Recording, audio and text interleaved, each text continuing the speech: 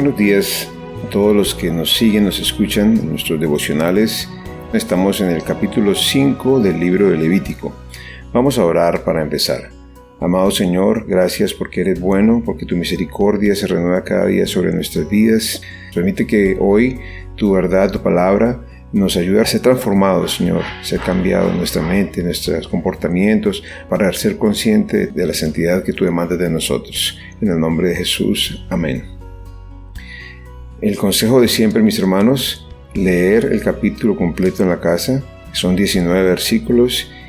Hemos estado estudiando en este libro de Levítico que hay una cantidad de instrucciones que Dios le está dando a los levitas, a los sacerdotes, de cómo proceder al momento de presentar las ofrendas o hacer los sacrificios, también dependiendo de los pecados y una cantidad de normas que ellos debían conocer para poder ejercer su oficio, para poder ministrar delante de Dios por el pueblo de la manera correcta, que es como Dios da las instrucciones. Siempre tenemos que hacer las cosas como Dios instruye para que podamos honrarle, para que podamos traer gloria a su nombre.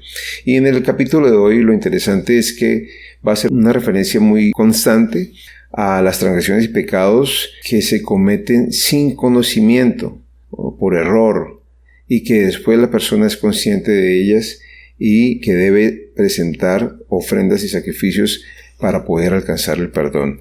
El hecho de que cometa un pecado sin conocimiento, sin estar enterado, no lo libera de la culpa. Esto también rige en las leyes humanas. El desconocimiento de la ley no exonera de la culpa.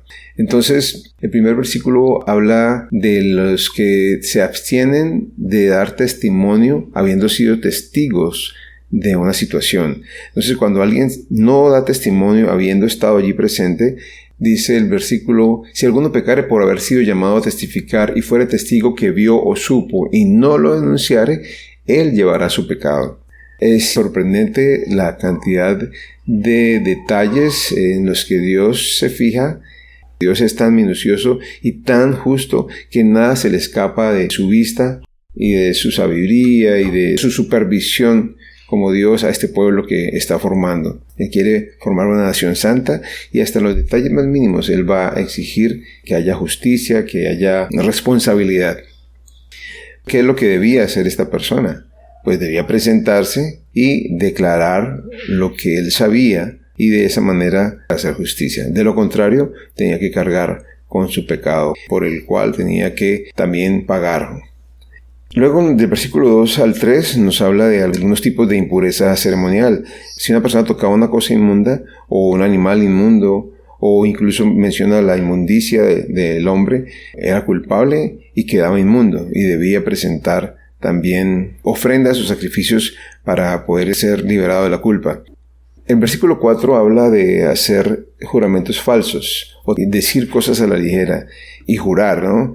Dice aquí el texto: si alguno jurara a la ligera con sus labios, hacer mal o hacer bien, en cualquier cosa que el hombre profiere con juramento y él no lo entendiere, si después lo entiende, será culpable por cualquier cosa de estas. Mejor es que no prometas y no que prometas y no cumplas. No dejes que tu boca te haga pecar, ni digas delante del ángel que fue ignorancia. Eclesiastés 5, del 5 al 6. Pero hay algunas cosas en las que nosotros nos apresuramos a hablar, a decir, y resulta que no las cumplimos. Por ejemplo, hacer promesas a la esposa, a los hijos o a alguien, y especialmente a Dios.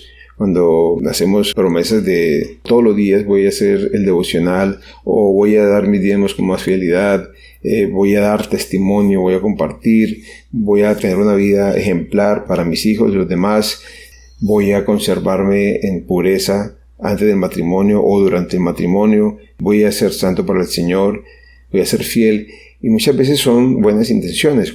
Entonces nosotros nos podemos encontrar en esa situación y tal vez la intención sea sincera, por lo que estamos diciendo sea de corazón, pero cuando llega el momento no lo hacemos. Ahí seríamos conscientes. Pero en otras ocasiones hacemos y decimos cosas sin esa conciencia.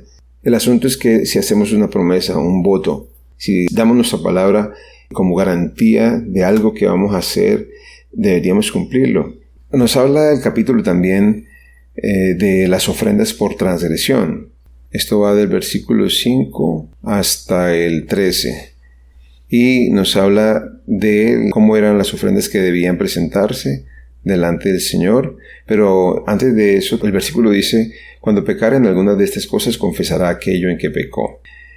Que evaluemos nuestras vidas al final del día o al final de la semana, recapacitemos en todo lo que hemos dicho, lo que hemos hecho, y a veces el Espíritu de Dios nos muestra cosas que nosotros no hemos sido conscientes, hace subir a nuestro corazón la revelación de algún pecado. O sea, eso se llama redarguir. El Espíritu de Dios nos redarguye y debemos, si es necesario, si lo amerita, corregirlo, pero antes de eso, arrepentirnos y pedir perdón al Señor. Confesarlo es importante. Muchas veces podemos decir: no, pero es que no es para tanto, entonces no estamos de acuerdo con Dios. Cuando confesamos, dice: Señor, en tu ley, bajo tus principios, bajo tu perspectiva, tus demandas, tú estableces que esto está mal y yo lo reconozco, yo lo acepto, yo te he recibido, me te he entregado mi vida para que tú seas el rey de mi vida, y yo quiero pedirte perdón porque lo que hice no está de acuerdo a lo que tú enseñas, a lo que tú piensas. Es importante la confesión porque nos ayuda a reconocer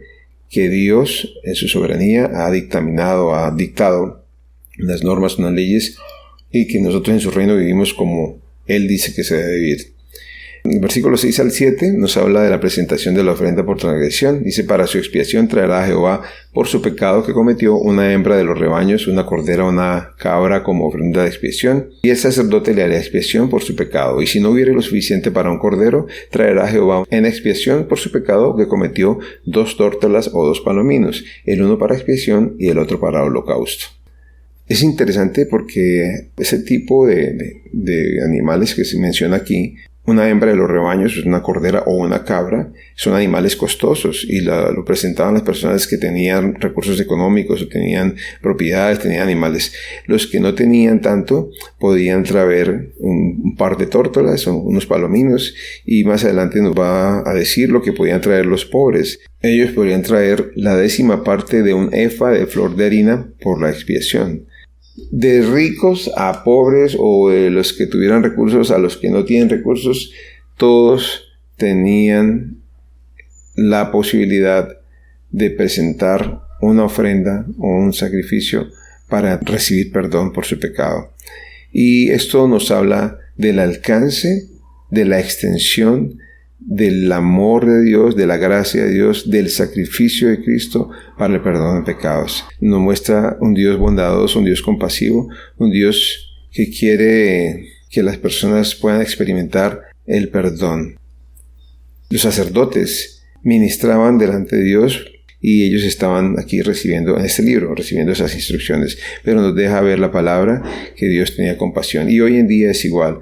El sacrificio de Jesús es para los ricos, para los pobres, para los religiosos, para los incrédulos, para los ateos, para los presidentes, para los adinerados, para los más ricos del mundo, para los más pobres del mundo. Todos necesitamos a Jesús.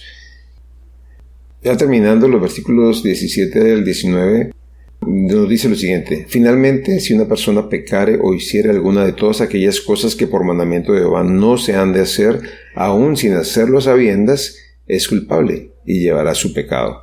Traerá pues al sacerdote para expiación, según tú lo estimes, un carnero sin defecto de los rebaños, y el sacerdote le hará expiación por el yerro que cometió por ignorancia, y será perdonado. Es infracción y ciertamente delinquió contra Jehová. Aún sin hacerlo a sabiendas, es culpable y llevará su pecado. Hay algo que sucede también con nosotros cuando pecamos, es que podríamos no sentirlo, y es parecido a lo que mencionaba ahora, que es necesario que el Espíritu Santo nos redarguya, porque pecamos y no nos sentimos pecadores, o sea, no sentimos como la culpa, ¿no? Pero eso, el hecho de que no nos sintamos así, o que no pensemos que estamos haciendo mal, nos deja en una situación que es puesta delante de Dios. Por eso el Espíritu Santo no solamente nos guía a Jesús, nos revela las cosas del Padre, sino que también nos redarguye, porque el hecho de que nosotros podamos ser redarguidos y reconocer nuestros pecados es una ayuda tremenda, porque muchísimas veces, si no fuera por el Espíritu Santo, no reconoceríamos esos errores o no veríamos esas situaciones como un pecado a arrepentirnos o que confesar. Así que Jesús murió también por todos los pecados que cometemos, por el pecado en general que existe en el mundo, pero también por los pecados por ignorancia. Los pecados que cometemos por ignorancia, pero no nos deja así, o sea, delante de la justicia de Dios todos somos culpables, por conocimiento o sin conocimiento, o por error, con intención o sin intención. Somos pecadores, pecamos porque somos pecadores. El sacrificio de Cristo es necesario, la sangre de Cristo es imprescindible para que se aplique a nuestras vidas y nos libre del pecado y la culpa delante de Dios. Todos estos animales eran sacrificados, los corderos, las cabras, los palominos, las tórtolas, y esa sangre se derramaba por expiación para las personas que presentaban esa ofrenda. Y Cristo, la sangre de Cristo fue rociada, fue esparcida, corrió, vertió su sangre para limpiarnos, para perdonarnos, para rescatarnos. Este capítulo nos da una perspectiva muy especial en el sentido de que las cosas, los pecados que cometemos sin conciencia, sin intención, por ignorancia, no pasan por alto delante de Dios, y que ellos en el Antiguo Testamento, en este libro, en esta época para los judíos y para ellos, los judíos o los de los tiempos bíblicos antes de Cristo, tenían que presentar estos sacrificios para poder obtener el perdón. Lo importante es que el perdón estaba disponible para todos. Dios daba la opción de que cada persona pudiera ser beneficiada. Por eso cuando Cristo murió, murió por todos. Todos, Dios ama a todo el mundo. Dios quiere que todos, que los pecadores se arrepientan y dejan de pecar. Jesús vino a buscar y a salvar lo que se había perdido. Así que Jesús vino a buscarnos a todos y nos ofrece la posibilidad de recibir el perdón y nos da su Espíritu Santo para que reconozcamos nuestros errores y podamos venir a los pies de Jesús y que la sangre de Cristo sea aplicada también en nuestras vidas y seamos transformados. Señor, te damos gracias por tu Espíritu Santo, por esa obra maravillosa que Él hace para redarguirnos, también por tu palabra, Señor, que es un espejo, por tu ley que nos muestra tu carácter, tu naturaleza, tus demandas, Señor, y cuando nosotros confrontamos nuestra vida con ella, nos damos cuenta que te fallamos, Señor. Ayúdanos a confesar nuestros pecados, a soltarlos, a entregarlos, a renunciar a ellos y a asumir tus ordenanzas, que en nuestro corazón esté el hacer tu voluntad por encima de todas las cosas. Perdónanos, Señor, por las veces en que intencionalmente hemos pecado contra ti, Señor. Guárdanos, rodéanos en tu Espíritu Santo y danos el valor, la fortaleza para permanecer fieles a ti, Señor, y disfrutar del perdón, de la salvación que hemos recibido en Cristo Jesús.